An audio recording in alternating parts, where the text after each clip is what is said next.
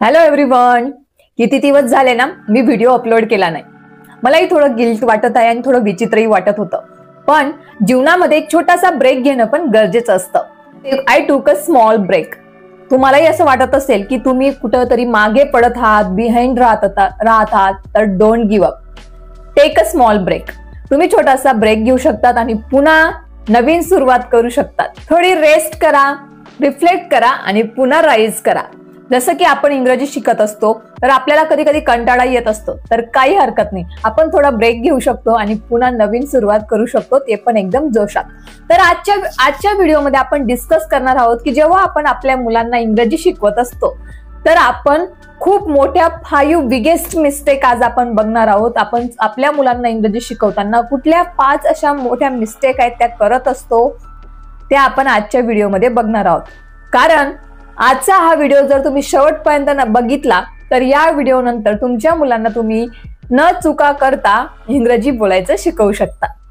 चला तर मग जास्त वेळ वाया न घालवता सुरुवात करूया आजच्या व्हिडिओला. पण व्हिडिओ शेवटपर्यंत नक्की बघा, कारण पूर्ण व्हिडिओमध्ये खूप छान छान टिप्स तुम्हाला दिलेल्या आहेत आणि तुमच्याकडून ज्या चुका होत आहेत त्या होणार नाहीत या व्हिडिओ नंतर, याची काळजी घ्या. सर्वात पहिली मिस्टेक जी आपण करत असतो ती म्हणजे फोकसिंग ओनली ऑन ग्रामर. फक्त आपण ग्रामर वरती जास्त फोकस करत असतो. जर रोज आपलं बाळ बोलत असेल ही गो टू स्कूल, लगेच आपण त्याला सांगत असतो बेटा ही गो टू नाही, ही गोज टू स्कूल.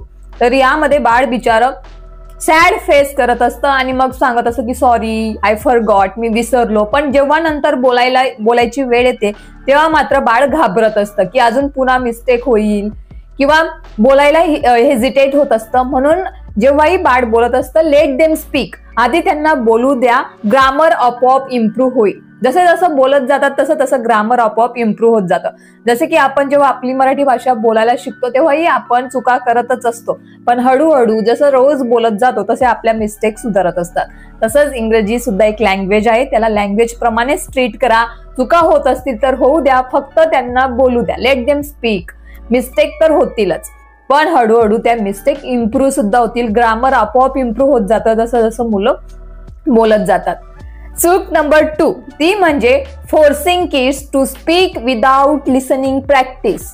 आपण मुलांना डायरेक्ट सांगत असतो बेटा इंग्लिश बोल, फास्ट बोल, speak in English, speak fast. पण बाळ उलट आपल्यालाच विचारत असतं व्हॉट टू से, बोलायचं काय.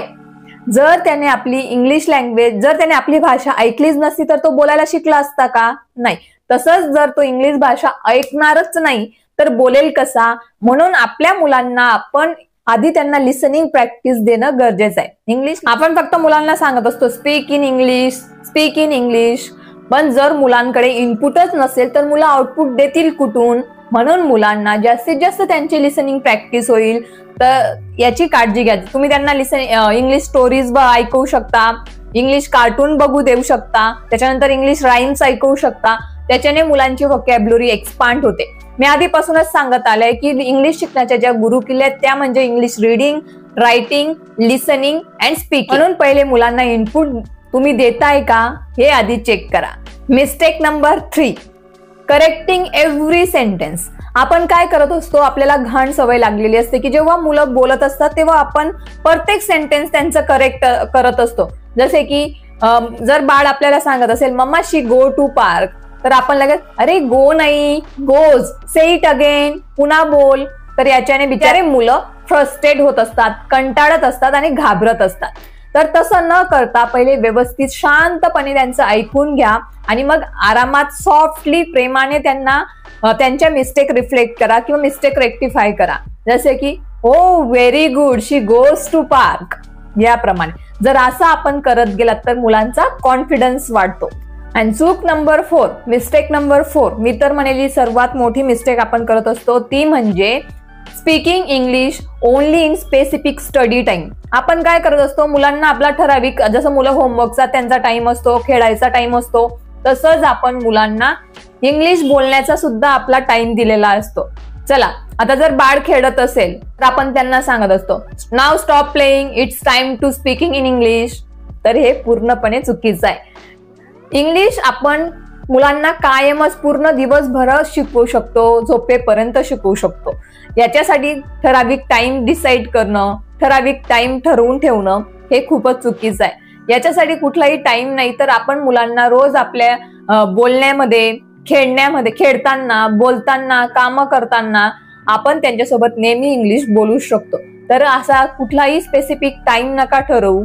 इंग्लिश ही लँग्वेज आहे, जशी आपण आपली मराठी लँग्वेज नेहमी बोलत असतो तसे इंग्लिश सुद्धा नेहमी बोलण्याचा प्रयत्न करा. जर आपल्याला इंग्लिश शिकायची असेल किंवा आपल्याला आपल्या मुलांना इंग्लिश शिकवायची असेल तर ती आपल्याला रोजच्या रुटीन मध्ये वापरायला लागेल. जसे की come here, sit there, eat it, drink this, याप्रमाणे. मुलं लँग्वेज नॅचरली पिक करतात, त्यांना स्पेसिफिक टाइम मध्ये शिकवायची गरज नाहीये. आणि last but not in the list ती म्हणजे एक्सपेक्टिंग फास्ट रिझल्ट.